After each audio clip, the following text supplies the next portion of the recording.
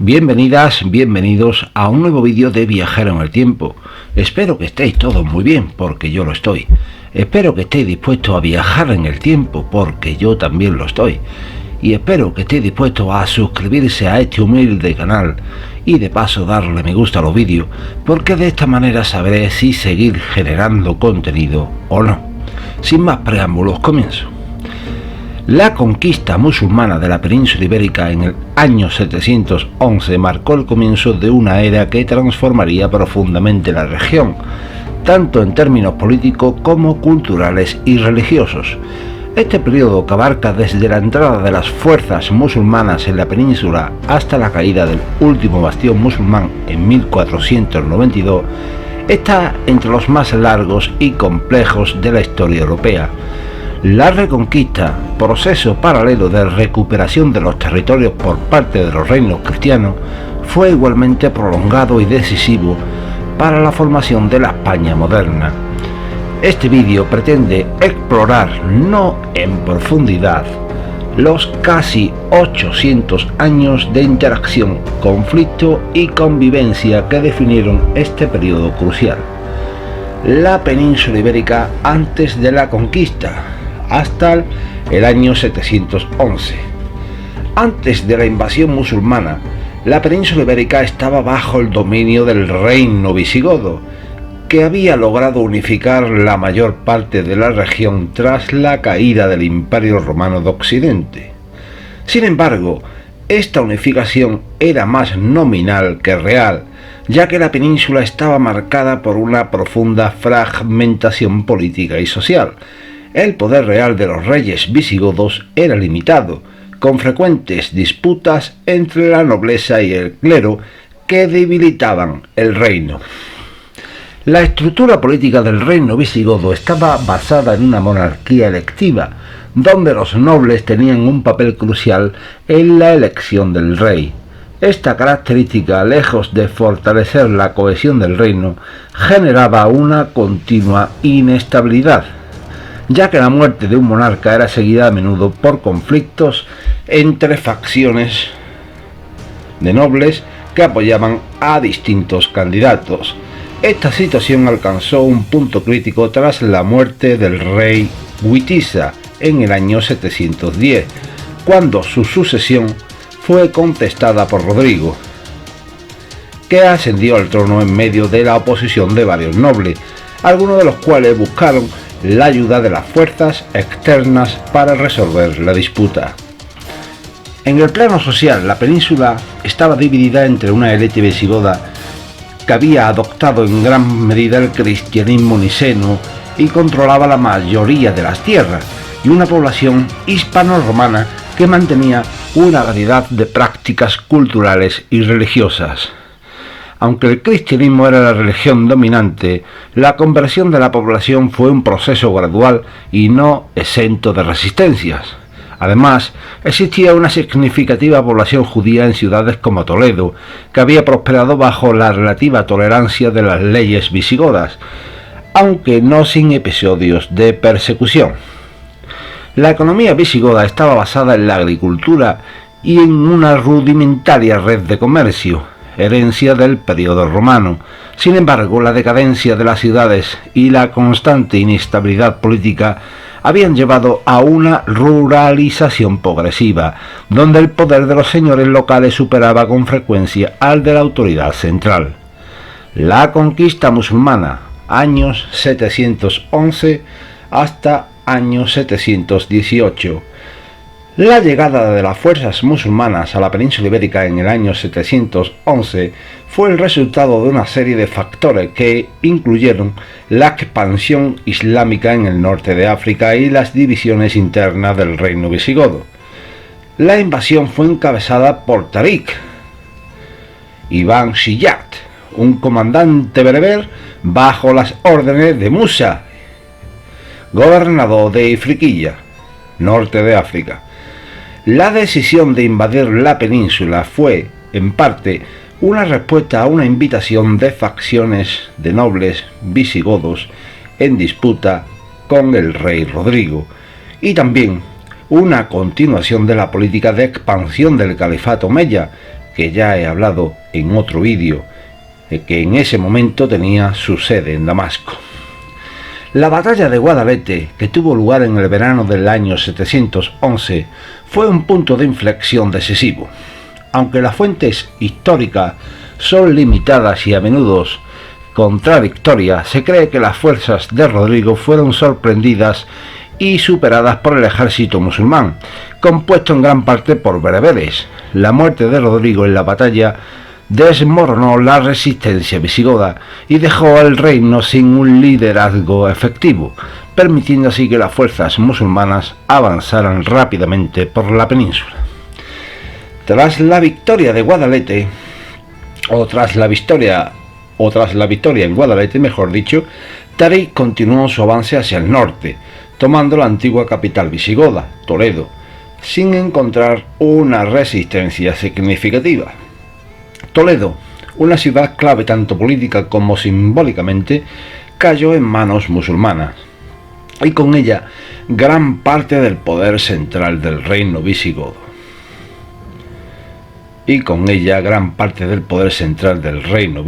Se desintegró. Otras ciudades importantes como Córdoba, Sevilla y Mérida también fueron capturadas en rápida sucesión. La rapidez de la conquista musulmana se explica por varios factores. En primer lugar, la fragmentación interna del reino visigodo significaba que no había una defensa coordinada. Las facciones de nobles, más interesadas en la disputa interna que en la amenaza externa, ofrecieron poca resistencia unificada. En segundo lugar, las tácticas militares musulmanas, que combinaban caballería ligera y movimientos rápidos, contrastaban con las tácticas más estáticas de los visigodos. Además, la relativa tolerancia religiosa de los conquistadores musulmanes permitió que las élites locales, tanto cristianas como judías, negociaran su rendición en términos favorables, evitando la destrucción y saqueo de las ciudades en muchos casos.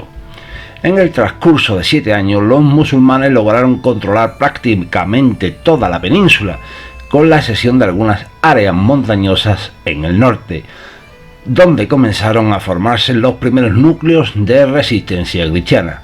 La facilidad con la que se completó la conquista musulmana sorprendió tanto a contemporáneos como a historiadores posteriores y marcó el comienzo de una nueva era en la historia de la península, la era de Al-Ándalus. Establecimiento de Al-Ándalus, el Emirato y el Califato de Córdoba, 718 al año 1031. Con la consolidación del dominio musulmán en la península, se estableció el Emirato de Al-Ándalus, inicialmente como una provincia dependiente del Califato Omeya en Damasco. Sin embargo, la distancia geográfica y las dificultades en la comunicación llevaron a que los emires en la península actuaran con un grado considerable de autonomía. La capital del Emirato se estableció en Córdoba, una ciudad que, bajo el dominio musulmán, se convertiría en uno de los principales centros culturales y económicos del mundo islámico. El proceso de consolidación del poder musulmán en Al-Ándalus no fue inmediato ni sencillo.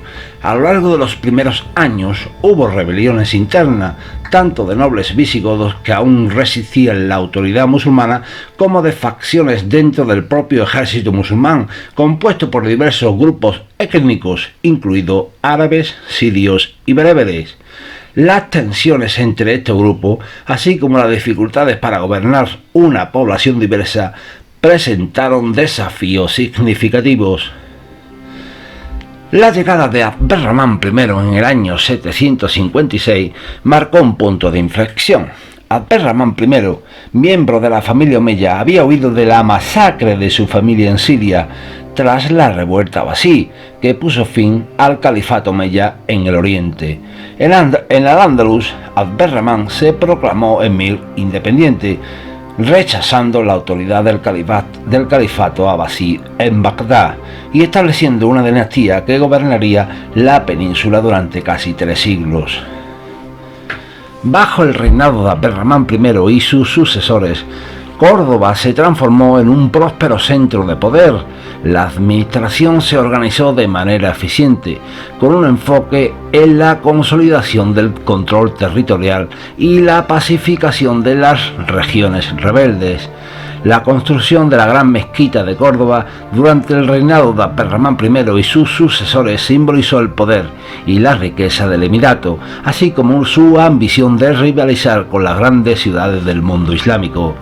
La economía del Andalus prosperó bajo el dominio musulmán, con una agricultura avanzada que incluía sistemas de irrigación introducidos por los musulmanes y que permitió el cultivo de nuevos productos como el arroz, el algodón y los cítricos.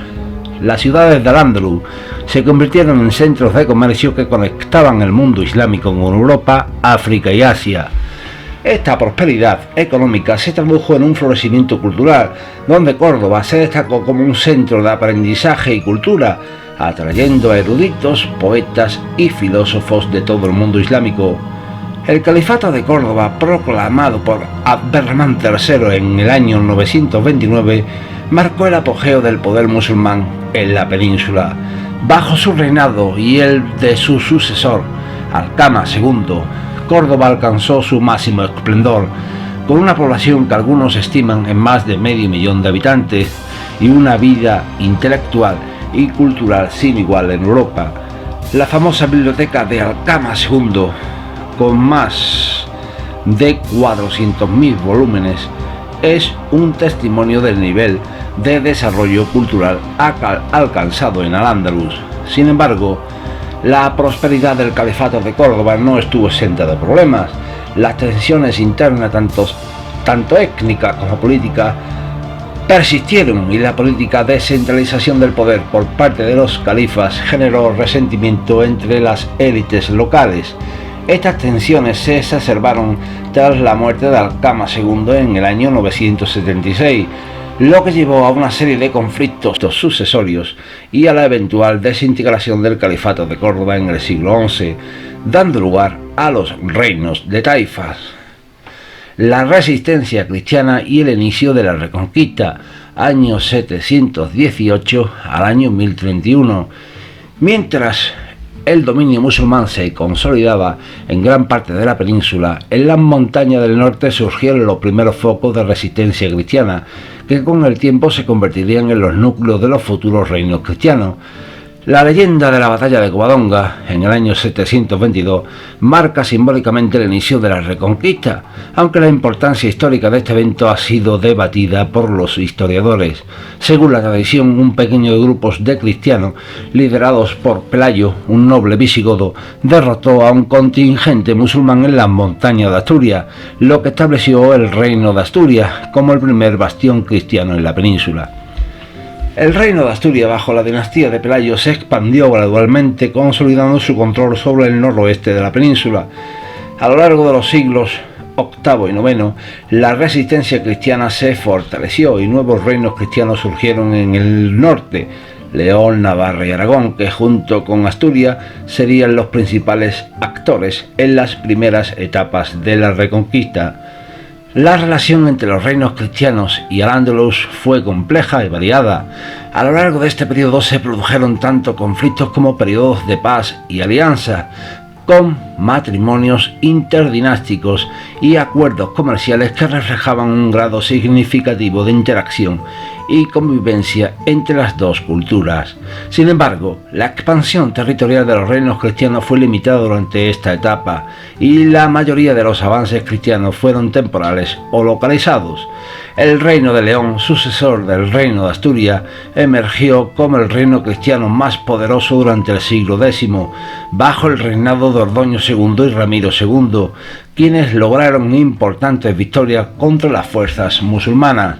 Sin embargo, el periodo del Califato de Córdoba, particularmente bajo Abderramán III, limitó significativamente las ambiciones cristianas. La relación de fuerza cambió en el siglo XI con la desintegración del Califato de Córdoba, lo que abrió nuevas oportunidades para la expansión cristiana. Intervención almorávide, año 1031-1086. Con la caída del Califato de Córdoba en el año 1031, Al-Ándalus se fragmentó en una serie de pequeños reinos independientes conocidos como taifas. Estos reinos, que en su mayoría estaban centrados en ciudades importantes como Sevilla, Zaragoza, Granada y Valencia, eran políticamente débiles y militarmente incapaces de resistir las crecientes presiones de los reinos cristianos del norte. A pesar de su debilidad política, las taifas fueron centro de gran vitalidad cultural y económica, continuando la tradición de esplendor artístico y científico de la época califal. Sin embargo, la fragmentación política del Andaluz debilitó la capacidad de los musulmanes para defenderse de los ataques cristianos. En el año 1085, Alfonso VI de Castilla conquistó Toledo, una de las ciudades más importantes del Andaluz y antigua capital visigoda. La caída de Toledo fue un golpe simbólico y estratégico para los musulmanes y marcó un punto de inflexión en la Reconquista, ya que abrió la puerta a nuevas conquistas cristianas en el corazón del Andaluz. La debilidad de las taifas llevó a que muchos de sus gobernantes pidieran ayuda a los almorávides, un movimiento religioso y militar que había surgido en el norte de África bajo la dirección de Yusuf Ibn Tashfin. Los almorávides, que seguían una interpretación estricta del Islam, cruzaron el estrecho de Gibraltar en el año 1086 y derrotaron a Alfonso VI en la batalla de Sagrajas, frenando temporalmente el avance cristiano. Sin embargo, la llegada de los almorávides no solo detuvo el avance cristiano, sino que también resultó en la unificación de gran parte del Al-Ándalus bajo un gobierno centralizado.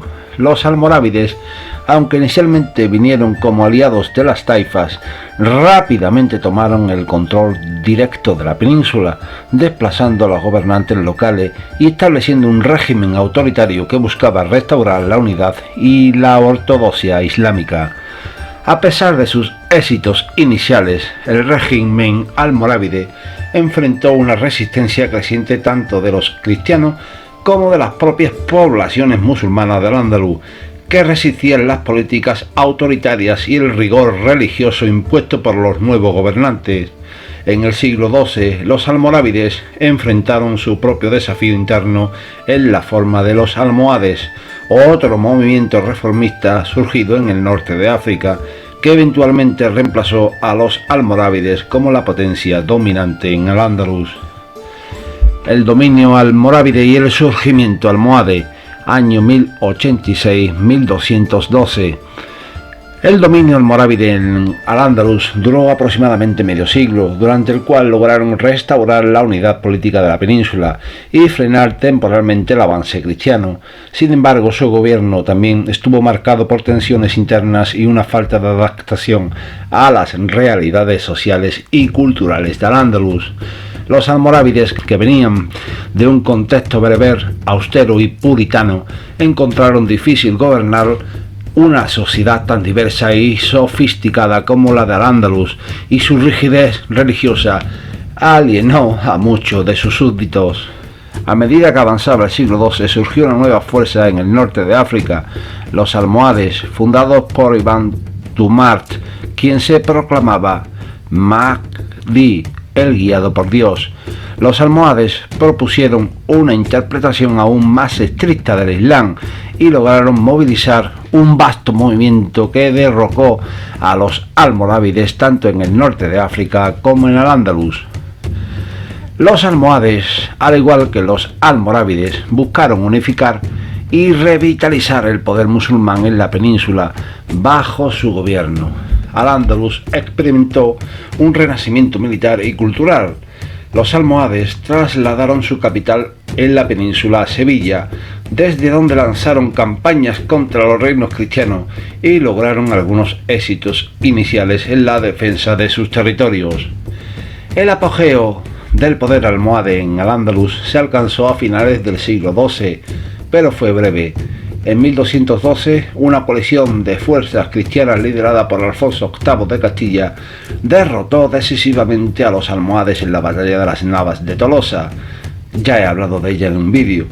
Un evento que marcó el comienzo del fin del poder musulmán en la península. La derrota en las Navas de Tolosa debilitó gravemente la autoridad almohade y en las décadas siguientes su control sobre Al-Ándalus se desmoronó, dando lugar a un nuevo periodo de fragmentación y a la aceleración del proceso de reconquista. El declive musulmán y la avanzada cristiana. La reconquista 1212-1492. La victoria cristiana en las Navas de Tolosa abrió una nueva fase en la Reconquista. A partir de ese momento, los reinos cristianos del norte, ahora más unificados y mejor organizados, comenzaron una expansión territorial sostenida que reduciría progresivamente el territorio bajo control musulmán. A lo largo del siglo XIII, las ciudades clave de Al-Ándalus, como Córdoba, Sevilla y Valencia, cayeron en manos cristianas. La conquista de Sevilla en 1248 por Fernando III de Castilla fue especialmente significativa, ya que marcó la pérdida de una de las principales ciudades de Al-Ándalus y un importante centro de poder almohade. Estas victorias cristianas llevaron al colapso del poder musulmán en la mayor parte de la península, con excepción del Reino de Granada. El Reino de Granada, bajo la dinastía nazarí, se mantuvo como el último bastión musulmán en la península durante más de 2 siglos. A pesar de su posición geográficamente vulnerable, Granada logró sobrevivir gracias a una combinación de diplomacia hábil, pago de tributos a los reinos cristianos y su formidable sistema defensivo, que incluía la famosa Alhambra. Además, Granada experimentó un renacimiento cultural durante este periodo, convirtiéndose en un centro de arte, literatura y ciencia. Sin embargo, la existencia de Granada como un estado independiente siempre estuvo en peligro debido a las crecientes presiones de los reinos cristianos unificados. La unión de los reyes católicos Isabel de Castilla y Fernando de Aragón en el año 1469 aceleró el proceso final de la Reconquista. Bajo su liderazgo se llevaron a cabo campañas militares coordinadas que culminaron en la Guerra de Granada, un conflicto de 10 años que finalmente llevó a la caída de la ciudad en el año 1492. La caída de Granada y el fin de Al-Ándalus, 1492. La Guerra de Granada fue el último capítulo de la Reconquista y se caracterizó por una serie de asedios prolongados y combates en toda la región. La resistencia musulmana, aunque feroz, fue finalmente superada por la superioridad militar y económica de las fuerzas cristianas. El 2 de enero de 1492, Boabdil, el último sultán de Granada, entregó las llaves de la ciudad a los reyes católicos, marcando el final de casi 8 siglos de presencia musulmana en la península. La caída de Granada tuvo profundas consecuencias, aunque la capitulación de Boabdil garantizó ciertas condiciones de tolerancia para los musulmanes que permanecieron en el reino. Estas promesas fueron rápidamente incumplidas. En los años siguientes, la población musulmana de Granada fue sometida a conversiones forzosas, persecuciones y, finalmente, a la expulsión en 1609. La expulsión de los judíos en 1492 también formó parte de este proceso de purificación religiosa, lo que llevó a la desaparición de 2 comunidades que habían sido fundamentales en la vida cultural y económica de Al-Ándalus. La caída de Granada y la culminación de la Reconquista también tuvieron un impacto significativo en la configuración del Estado moderno español. Con la unificación territorial bajo una sola monarquía, los reyes católicos sentaron las bases para la creación de un Estado centralizado y poderoso que pronto se convertiría en una de las principales potencias de Europa. Además, la Reconquista y la posterior expansión hacia el Nuevo Mundo fueron impulsadas por un sentido de misión religiosa y militar que había sido forjado durante siglos de conflictos con el Islam. El legado de la conquista musulmana y la Reconquista es profundo y complejo y se manifiesta en múltiples aspectos de la cultura, la arquitectura, la ciencia y la sociedad de la península ibérica. La influencia musulmana en la arquitectura es visible en monumentos como la Alhambra de Granada, la Mezquita de Córdoba y la Giralda de Sevilla, que siguen siendo testigos del esplendor de Al-Ándalus.